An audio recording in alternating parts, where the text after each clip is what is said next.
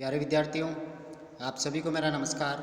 मैं डॉक्टर नेमीचंद कुमावत, सहायक आचार्य हिंदी विषय, राजकीय महाविद्यालय की आपकी इस बीए प्रथम वर्ष विषय हिंदी साहित्य की द्वितीय प्रश्न पत्र की आज की इस ऑनलाइन कक्षा में मैं आप सभी का हार्दिक अभिनंदन और स्वागत करता हूँ। प्यारे विद्यार्थियों, आपका जो हिंदी साहित्य का ये जो द्वितीय प्रश्न पत्र है, इसका पाठ्यक्रम 100 अंकों का है और इसकी जो अंक योजना है 20-20 अंकों के यानी निबंधात्मक कोटि के प्रश्न आएंगे, जिनकी शब्द सीमा 500 शब्द रहेगी। प्रत्येक प्रश्न 20 अंक का होगा और इसके दो पार्ट हैं, एक हिंदी भाषा और दूसरा साहित्य का इतिहास। हिंदी भाषा से संबंधित 40 अंकों के पाठ्यक्रम को हमने पिछली ऑनलाइन कक्षाओं में एक मॉडल आंसर के रूप में हमने सभी टॉपिकों का अध्ययन किया था। तो 20-20 अंकों के हिंदी भाषा पर 2 क्वेश्चन आएंगे, दोनों अथवा में रहेंगे। इसी तरह से हिंदी साहित्य के संक्षिप्त इतिहास से संबंधित 3 प्रश्न 20-20 अंकों के होंगे, वो भी अथवा में होंगे। और हमने पूर्व की जो ऑनलाइन कक्षाएं हुई थी उसमें आदिकाल, उससे जुड़ी हुई समस्त पाठ्य सामग्री को भक्ति काल, रीतिकाल तक इन तीनों कालों की परिस्थितियाँ, नामकरण, प्रमुख प्रवृत्तियाँ, पृष्ठभूमि, इन सभी का हमने विस्तार से अध्ययन किया रचनाएं और कवियों पर। और हाल ही की जो पिछली ऑनलाइन कक्षाएं हुई थी जिसमें हमने आधुनिक काल की विविध काव्य धाराओं से आरंभ किया था, जिसमें भारतेंदु युग, द्विवेदी युग, छायावाद, प्रगतिवाद तक हम विस्तार से अध्ययन कर चुके हैं। और एक अंतिम विषय आपका बच रहा है प्रयोगवाद के प्रमुख कवि और काव्य प्रवृत्तियाँ। तो आज हम आरंभ करने जा रहे हैं। एक बार पुनः आप सभी का हार्दिक स्वागत। प्रयोगवाद का जो आरंभ होता है वो 1943 ईस्वी से 1954 ईस्वी तक, क्योंकि 1954 में नई कविता आंदोलन आरंभ हो जाता है। जगदीश चतुर्वेदी जी के नेतृत्व में नई कविता पत्रिका का प्रकाशन भी होता है। नए पत्ते, बेला, अणिमा आदि दिनकर जी की कविताएं भी वहाँ आने लग जाती हैं। तो देखिए, हिंदी में प्रयोग का आरंभ यानी प्रयोगवाद का आरंभ सन 1943 ईस्वी में अज्ञेय द्वारा संपादित तार सप्तक के प्रकाशन से माना जाता है।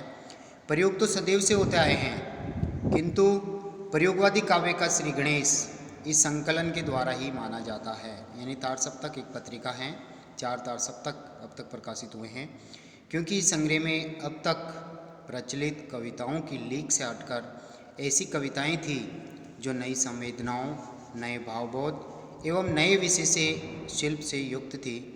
प्रयोगवादी कवि नए प्रयोग करने में विश्वास करते हैं। भाषा की दृष्टि से नए प्रयोग, उपमानों की दृष्टि से नए प्रयोग, शिल्प की दृष्टि से नए प्रयोग इन कवियों ने किए हैं। अतः प्रयोगवाद नाम सार्थक जान पड़ता है। किंतु अज्ञेय ने प्रयोग को साधन मानते हुए लिखा है, प्रयोग अपने आप में इष्ट नहीं है, वरन वह साधन है। यानी प्रयोग एक साधन है, मुख्य लक्ष्य प्रयोग करना नहीं है। मध्यम वर्गीय समाज का ह्रासोन्मुखी यानी पतनोन्मुखी जीवन ही प्रयोगवादी काव्य में चित्रित हुआ है। प्रयोगवादियों ने भावुकता के स्थान पर बौद्धिकता को काव्य में स्थान दिया है। जीवन की निराशा, कुंठा, अनास्था, जड़ता एवं संघर्ष को अभिव्यक्ति दी है।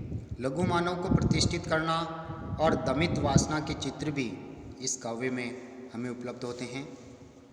प्रयोगवाद और नई कविता। प्रयोगवाद का विकास ही कालांतर में नई कविता के रूप में होता है। डॉक्टर शिव कुमार शर्मा के अनुसार ये दोनों एक ही धारा के विकास की 2 अवस्थाएं हैं। सन 1943 से 1953 ईस्वी तक कविता में जो नवीन प्रयोग हुए, नई कविता उन्हीं का परिणाम है। प्रयोगवाद उस काव्य धारा की आरंभिक अवस्था है और नई कविता उसकी विकसित अवस्था। अतः ये दोनों काव्य धाराएँ एक ही हैं और यही प्रयोगवादी सारे कवि नई कविता के क्षेत्र में पदार्पण करते हैं। इनके द्वारा जो लिखी हुई सारी रचनाएं और इनके काव्य की जो प्रवृत्तियाँ हैं, प्रयोगवादी कविता की प्रवृत्तियाँ, वही आगे चल कर के नई कविता की प्रवृत्तियाँ बन जाती है। तो मेरा कहने का तात्पर्य कि इन प्रयोगवाद के कवि, इनकी काव्य कृतियाँ और इन प्रवृत्तियों को आप अच्छी तरह से तैयार कर लें, क्योंकि नई कविता प्रश्न आता है तो उनमें भी आपको इन्हीं का उल्लेख करना है। वस्तुतः प्रयोगवाद और नई कविता की कोई सीमा रेखा नहीं खींची जा सकती। बहुत से कवि जो पहले प्रयोगवादी रहे, बाद में नई कविता के प्रमुख हस्ताक्षर बन गए। निष्कर्ष रूप में 1943 ईस्वी से 1953 ईस्वी तक की कविता को प्रयोगवाद एवं 1953 ईस्वी के बाद लिखी गई कविता को नई कविता की संज्ञा दी जा सकती है।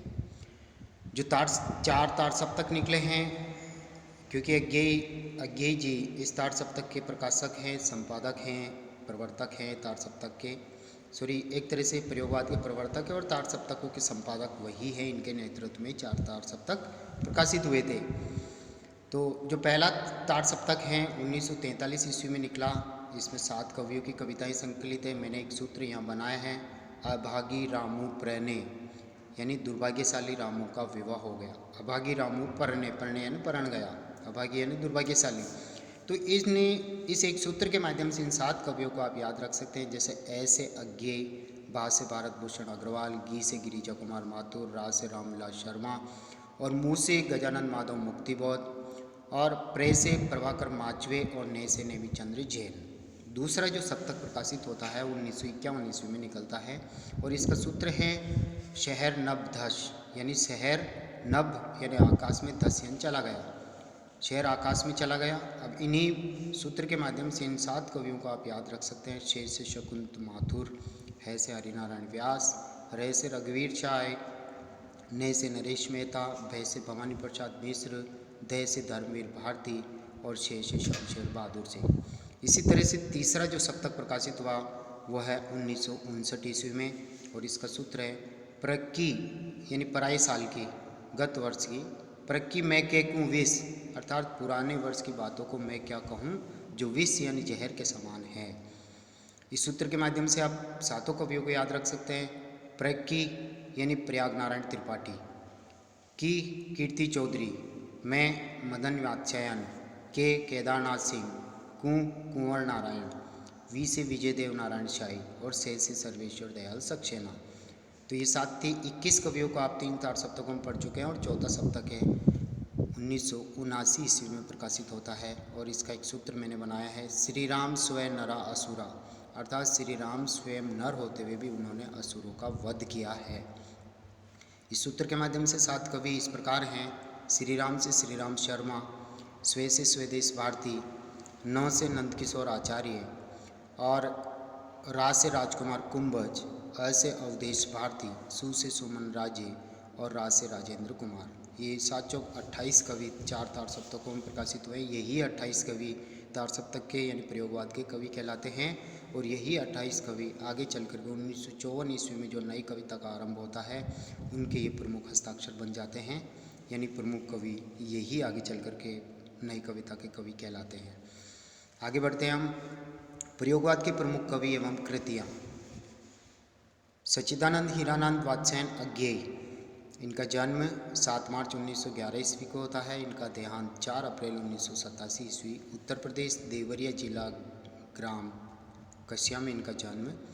इन्होंने कुछ पत्रिकाओं का संपादन किया है, जैसे सैनिक आगरा से, विशाल भारत कलकत्ता से, दिनमान इलाहाबाद और प्रतीक दिल्ली से इन्होंने निकाला। इसी तरह से नवभारत टाइम्स आदि हिंदी पत्रों का इन्होंने संपादन किया है। तार सप्तक 1943 ये भी पत्रिका है, दूसरा सप्तक 1951, तीसरा सप्तक 1959, चौथा सप्तक 1979 तथा अंग्रेजी के एवरीमैन्स, साप्ताहिक थॉट एवं त्रैमासिक वॉक का भी इन्होंने संपादन किया और इन्हें 1964 ईस्वी में साहित्य अकादमी पुरस्कार और 1983 ईस्वी में गोल्डन रीत पुरस्कार से नवाजा गया है। इनके प्रमुख जो काव्य संग्रह हैं वो इस प्रकार हैं, भग्नदूत 1933, चिंता 1942, इत्यलम 1946, शरणार्थी 1948 ईस्वी में, हरिघास पर क्षण पर 1949, बाबरा अहरी 1954, इंद्रधनुष रोंदे हुए 1957, अरि ओ करुणा प्रभामय 1959, आंगन के पार द्वार 1961, इस पे इनको 1964 में साहित्य अकादमी पुरस्कार मिला है। असाध्य वीणा इसी में संकलित हैं। इसी तरह से कितनी नावों में कितनी बार 1967, 67 ज्ञानपीठ पुरस्कार इस पर इनको मिला 1978 में।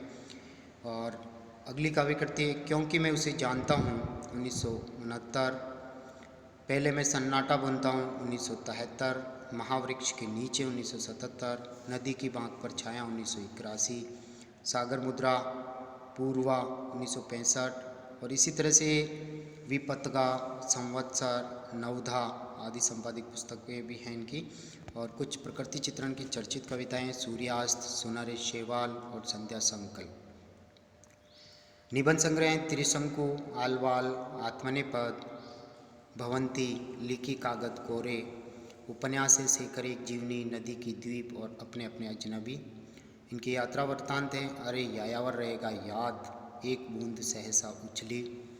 और इनके काव्य की जो प्रमुख प्रवृत्तियाँ उभर कर आती है वो है एक तो सत्यान्वेषण, आत्मान्वेषण, बौद्धिकता, यथार्थ चेतना, शिल्पगत नवीनता।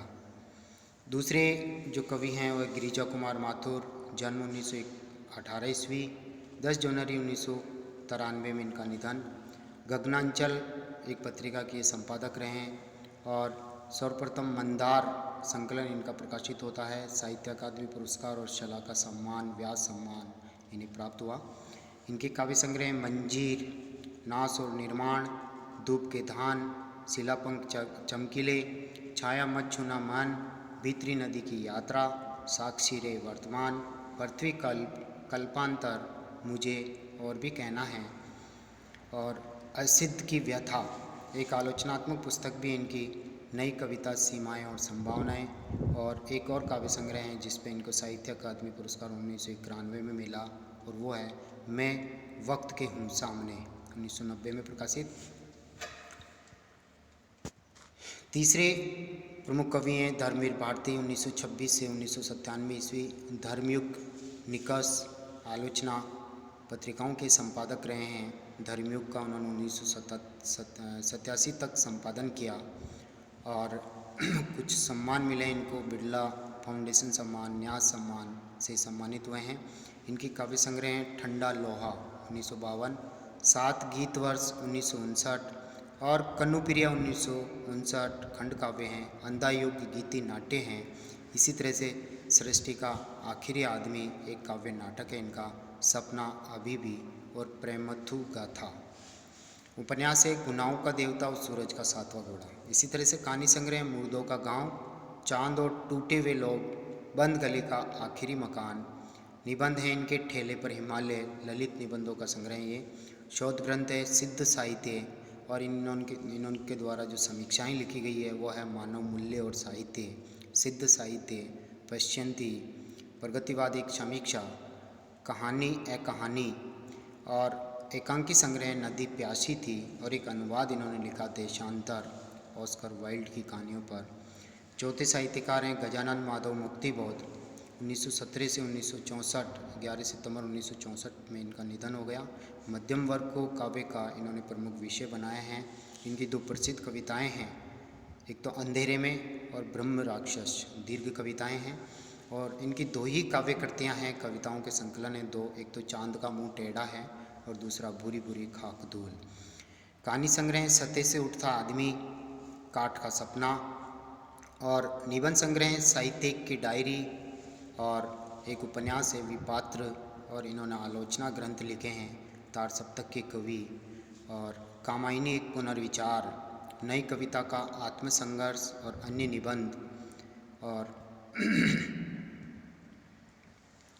भारतीय इतिहास और संस्कृति।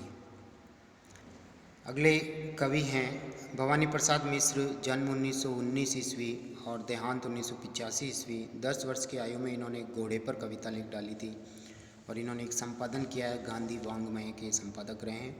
इनके काव्य संग्रह हैं गीत फरोश 1956, अनाम तुम आते हो 1976, चकित है दुख 1968, कालजयी 1978 प्रबंध काव्य हैं, त्रिकाल संध्या 1978, अंधेरी कविताएं 1968, गांधी पंचशती 1969, मानसरोवर दिन एक संकलन है इनका, खुशबू के शिलालेख, बुनी हुई रस्सी साहित्य अकादमी से पुरस्कृत है ये रचना, और परिवर्तन जिए 1976 उत्तर प्रदेश हिंदी संस्थान द्वारा पुरस्कृत, और तूस की रात 1985, शरीर कविता फसेल और फूल 1985, इदम ने मम द्वितीय संस्करण 1999 ईस्वी में प्रकाशित, और व्यक्तिगत 1964 ईस्वी में 1974 में और कविताएं हैं सिर उठा रहे हैं सरसों के फूल, नर्मदा के चित्र, शब्दों के महल। इसी तरह से नीली रेखा था 1974, संप्रति 1982, तुकों का खेल 2002, कमल के फूल। इनकी जो प्रसिद्ध कविताएं हैं, कमल के फूल, वाणी की दीनता, सतपुड़ा के जंगल, सन्नाटा, शतदल, टूटने का सुख और मानसरोवर दिन काव्य संग्रह हैं। इन नरेश मेहता। प्यारे विद्यार्थियों, आज की इस ऑनलाइन कक्षा को हम यहीं समाप्त करते हैं। अगली ऑनलाइन कक्षा हम इसी बिंदु से यानी छठे कवि नरेश मेहता से हम आरंभ करेंगे।